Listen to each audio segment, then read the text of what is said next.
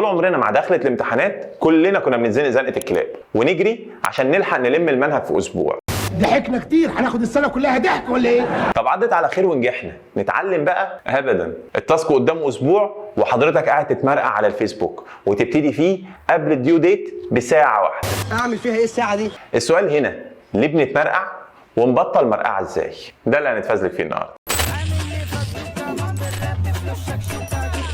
اول حاجه المدرسين والمديرين لازم يعرفوها اننا مموتين نفسنا في المذاكره والشغل وبنبذل جزء كبير جدا من طاقتنا ومجهودنا فيه 51% حقيقي، والباقي رايح مرقعه على القهوه واليوتيوب والبلاي ستيشن. وقت ما يبقى قدامك حاجه مهمه لازم تعملها، اي حاجه تحلو في عينيك الا الحاجه دي. وده ممكن يبقى طبيعي لو الحاجه اللي المفروض تعملها غلسه ودمها تقيل، زي الفيزياء مثلا. يعني الفيزياء ولا البلاي ستيشن؟ سؤال غبي طبعا، بس اللي مش طبيعي اننا بنتمرقع والحاجه اللي المفروض نعملها بتبقى هلس. والغريب اللي ينقض بقى انك بتبقى مضيع وقتك في حاجه سخيفه، اللي هو انت مش هتعمل اللي عليك وخلاص.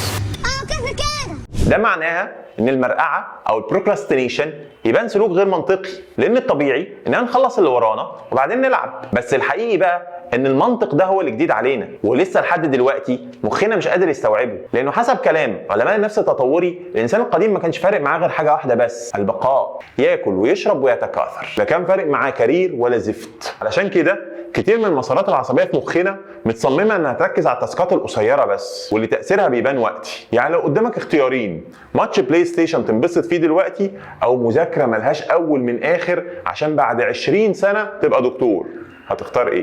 مش محتاجه حاجه يعني المرقعه موجوده في السوفت وير بتاعنا ومش جديده، لدرجه ان في ترجمه البرديه من ايام الفراعنه لعامل بيقول لزميله بالبلدي كده: انجز وكفايه مرقعه، خلينا نروح.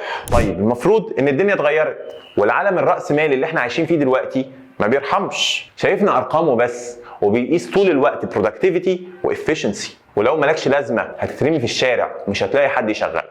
نركز ونشوف اللي ورانا بقى دلوقتي، لان الضغط ده زود المرقعه. كتير من الباحثين بيقولوا ان المرقعه دي ديفنس ميكانيزم بيحمينا من اي حاجه المفروض انها تضرنا، وده خلاها لعبه نفسيه بنلعبها لما بنكون خايفين نواجه قدراتنا الحقيقيه. يعني لو خايف انك ما تجيبش درجه كويسه او شغلك ما يطلعش احسن حاجه، فالخناقه اللي في مخك بين الاميجدالا المسؤوله عن مشاعر الخوف دي، واللي شايفه ان التاسك ده خطر وهيكشف ان قدراتك على قدها، والبريفرونتال كورتكس المسؤول عن قراراتك وتفكيرك على المستوى البعيد، تخلي من الاسهل انك تطنشه او ما تعملوش، او على الاقل تضيع وقت عشان تدي لنفسك حجه وتقول ليه الحاجه ما طلعتش كويس. شفت نتيجه الاستعجال؟ تقول ما لحقتش احسن ما تقول ان قدراتك كده وده اخرك. كل ما اللي وراك كان اصعب، كل ما كانت فرصه المرقعه فيه اكبر، وفرصه انك تدخل في معضله البروكراستينيشن ايكويشن اكبر، اللي بتخليك كل ما اجلت الحاجه كل ما بقت اصعب وعايز تاجلها اكتر، وفي الاخر ما بتتعملش خالص. يعني السيلف اويرنس او انك تعرف امكانياتك هو الموضوع كله.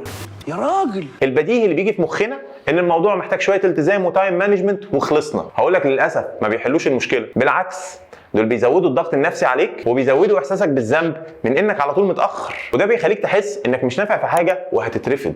والانسب علشان نكسر الدايره دي اننا نسهلها على نفسنا ونتصالح مع قدراتنا ونشوف ايه اللي مخوفنا ونبسطه. واوعى تستنى الظروف المناسبه عشان تعمل حاجه، لان عمرها ما هتيجي. ابتدي وخلاص وربنا هيسهلها. ولو التاسك صعب وطويل قسمه لحاجات صغيره عشان تحس انك بتنجز، وده هيشجعك انك تكمل.